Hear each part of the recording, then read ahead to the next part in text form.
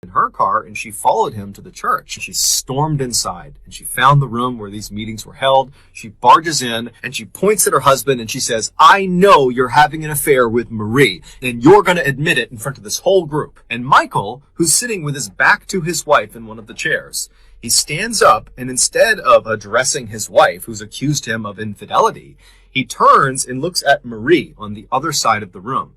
And when Marie made eye contact with Michael, she screamed. She would later say Michael did not look human. He looked like a beast and he had wild eyes. And so as Michael is standing there staring at Marie with this very aggressive face, he began breaking out in tongues. He's barking these words and sounds at Marie, and everyone inside of the room has no idea what to make of this. Everything has happened so suddenly and it's so surprising. You have the wife suddenly coming in and aggressively accusing her husband of cheating, and Michael is not responding to it and he's acting totally crazy. And then before anyone can do anything, Michael goes from just barking in strange languages at Marie to suddenly rushing across the room as if he's going to attack her.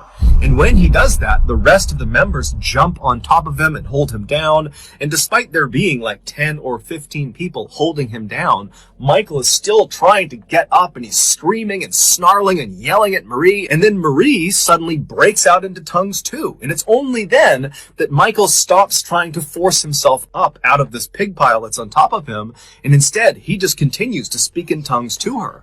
And so the two of them are looking at each other speaking in tongues, and the rest of the group is just totally dumbfounded, and so they just begin praying. And then after about an hour, Michael just collapses. It's like he went unconscious. And at that point, everybody in the room just goes silent, and they look at Michael.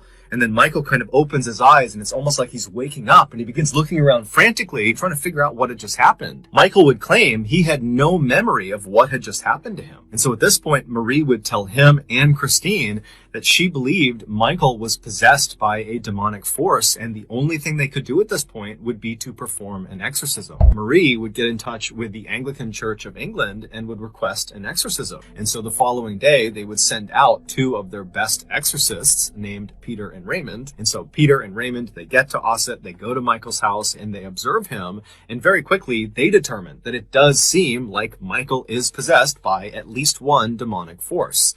And so they tell Michael, the only thing we can do here is perform this exorcism, but we need you to agree to it.